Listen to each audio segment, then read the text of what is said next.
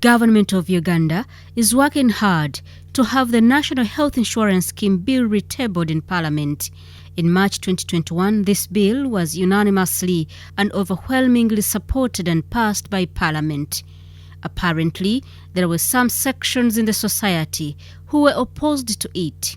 Consequently, the President did not assent to the bill and he sent it back to the Ministry of Health for further scrutiny.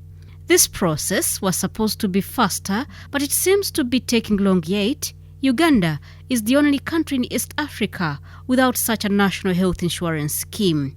When the National Health Insurance Scheme is passed into law, people will make contributions, preferably based on their ability to pay.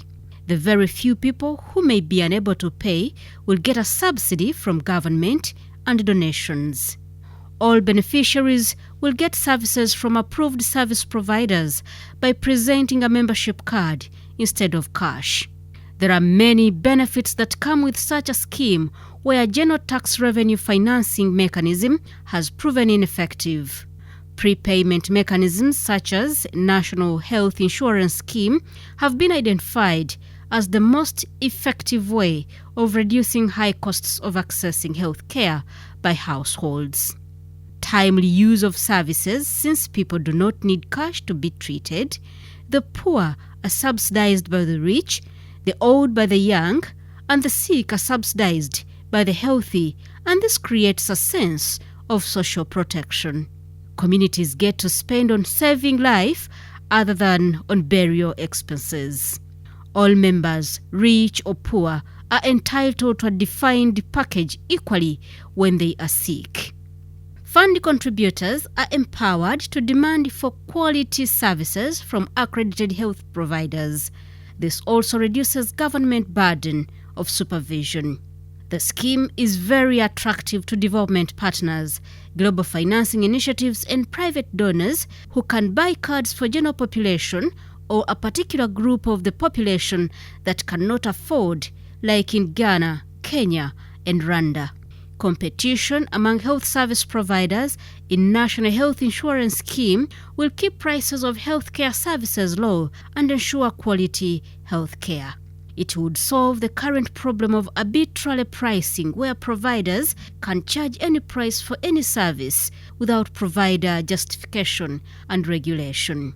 Enables government to improve quality and expand service coverage to ensure equity in access. Stimulates private sector development and ensures a healthy and productive population.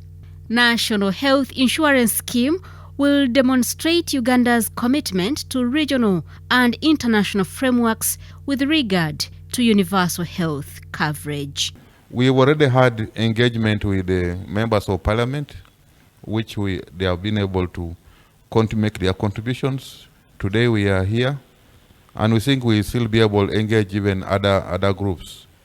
And then we shall incorporate the stakeholders' inputs in the National Health Insurance Bill 2022, and then submit it to the bill back to cabinet before it finally moves to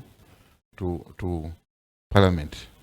The Executive Director, Uganda Healthcare Federation, Grace Sali Chiwanuka, explains how the private and public sectors will work together to deliver health services to the population if the National Health Insurance Bill is finally passed into law. It's a real opportunity for us as a country because the partnership between where the private sector has invested, there's really no need for government to go ahead and invest again. They're able to leverage that resource and that infrastructure and that technical understanding and experience to be able to provide that service to the everyday Ugandan. I think when we jump from health professionals, we're also looking at service delivery. We have a number of health facilities in this country.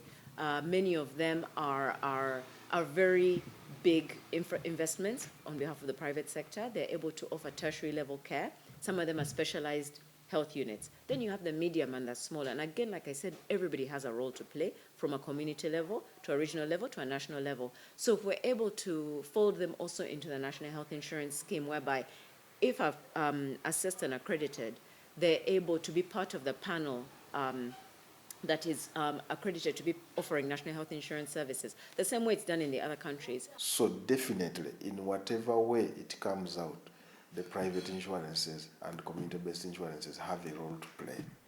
And what we are asking government to do is to recognize that in the law, so that when it comes to regulations, it becomes easy. Because once these are into the law, the regulations will be easy to make, because they will say, the law says NHIS will exist alongside these other schemes. So how will the CBHIs then work? How will the private commercial insurances work? And how will the NHIS work?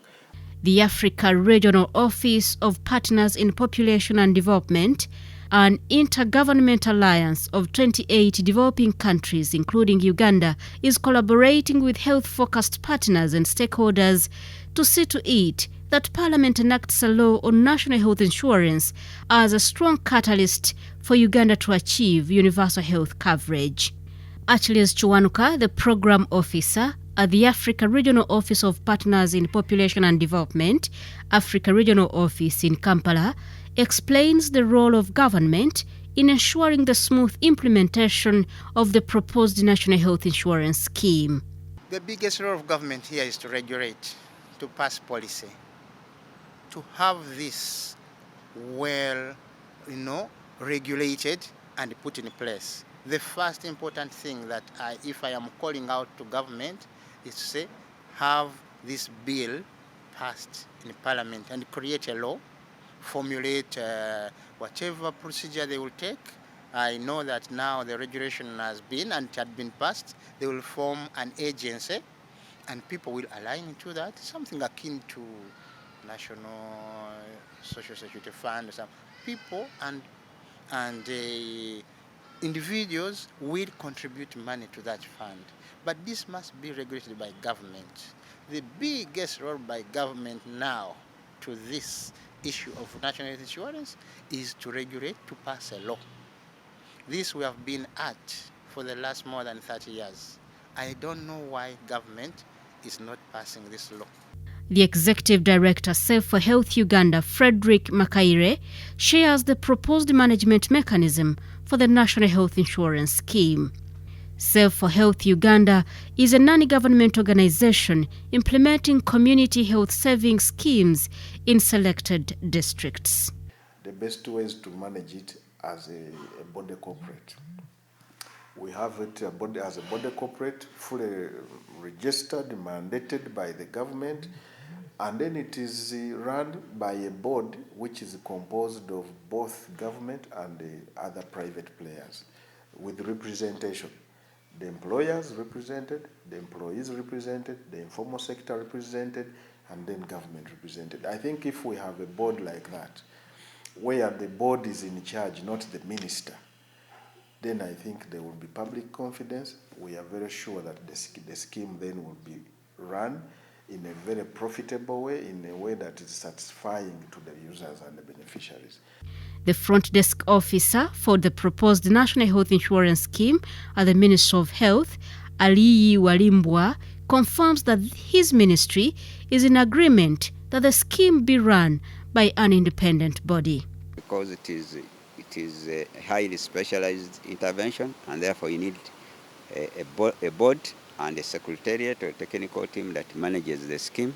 But that board is like other boards, because it is a mix. It's like a parastatal, a government, not a government. So it's a mix. So that is how these schemes are managed. Kenya has the same National Health Insurance Scheme, National Health Insurance Fund Board. Then we have Tanzania, they have a similar board. Ghana has a similar board. So Uganda is not going to be different. We have a similar arrangement. Statistics show that majority of Ugandans are grappling with high out-of-pocket health expenditures, amounting to 38.8%. They are therefore looking up to government to save them from such dangerous expenditures by passing the National Health Insurance Scheme Bill into law.